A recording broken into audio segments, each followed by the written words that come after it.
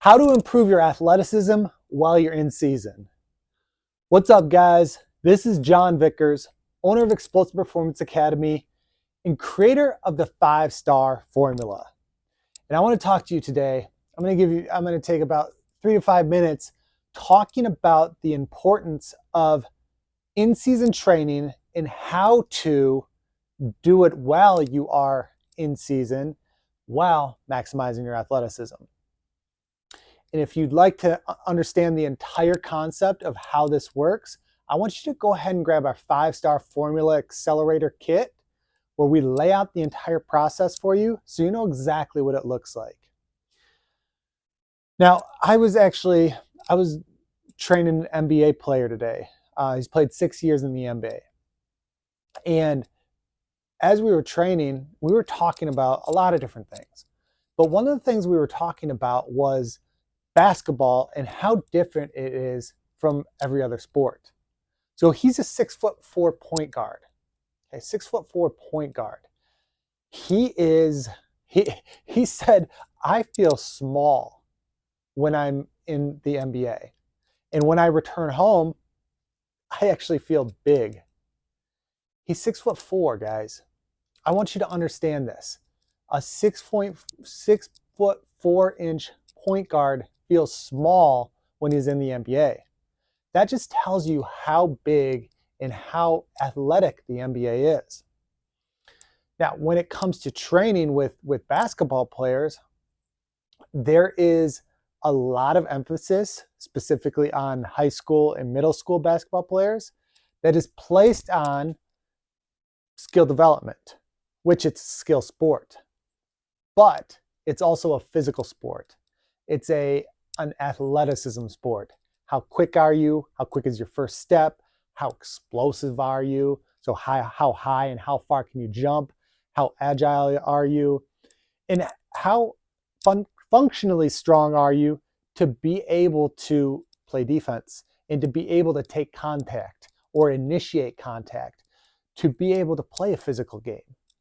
A lot of people don't understand this. A lot of people don't understand that because there is so much actual game playing going on with basketball, and there is a lack of true development when it comes to athleticism, when it comes to strength, when it comes to core development, it is actually holding athletes back. It's holding a lot of athletes back, basketball players, but I see a lot in baseball players, and I even see it in football players too, where there's this thought that we can't train in season. And why do we think we can't train in season? Because we don't have enough time, because we have so much other stuff going on, because we don't want to be sore while we're playing.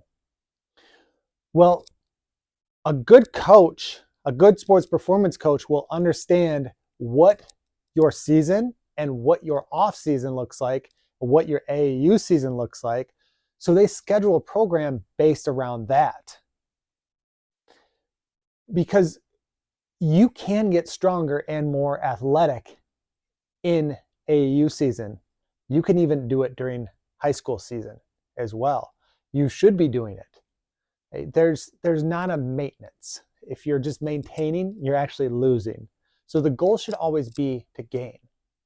And the crazy thing about this, when we're training, your body actually loses strength and loses mass after 72 hours. So if you're more than 72 hours past your last workout, so say like today I did an upper body workout, 72 hours, that gain that I've made is now diminished. It's gone. If I want to continue to improve, then within that 72-hour window, I need to get in another workout. This is often overlooked. And this is why athletes tend to not get better towards the end of the season. Or the ones that actually stand out at the end of the season are the ones that continue to train, that are continuing to work out. Just think of Kobe Bryant. Think of some of these stories that we've heard about Kobe Bryant. He's up at 4 a.m. Some of these guys, like I think there's a story about Chris Bosh when it was talking about the USA basketball team. Chris Bosh walked into the gym at like 5 or 6 a.m. and Kobe had already been in there an hour or 2 hours, sweating his ass off, getting up shots, lifting, working out, all that type of stuff. People want to talk about the Mamba mentality and the thought and idea of continually outworking other people, but they don't want to put in the time. When you have a sports performance coach or a strength and conditioning coach that understands the concept of how to get in-season training in, they will schedule things out properly. And when we're talking about things that need to be scheduled out, we're talking nutrition.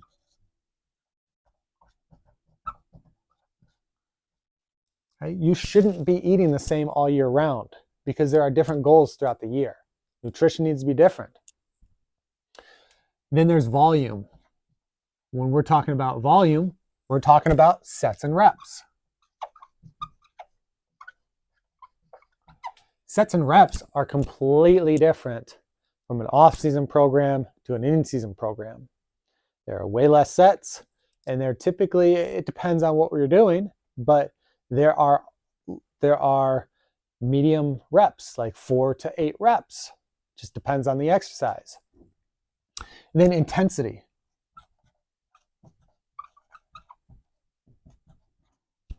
If you can get in and out of a workout pretty quickly, feel refreshed, like you're gonna do really well. Like for us, we do a lot of velocity-based training. So we're actually measuring bar speed. We're measuring vertical jump height. We're measuring broad jump distance. So we know where your athlete is at. Because if these numbers, if these velocity-based training numbers are low, the intensity or the numbers are low, then it's going to affect your athlete's ability to recover and play well. So we're focused on this stuff. Like this stuff is important. It's important to understand. It's important to realize. And then difficulty. We could get an athlete in for 30 minutes and they are going to look completely different at the end of the season than they did in the season. You do not have to go for an hour. You do not have to go for an hour and a half. If we're in season, things are pretty quick. Things are pretty simple. You don't even necessarily have to sweat. Just because you sweat doesn't mean you're working hard and you're doing what's necessary.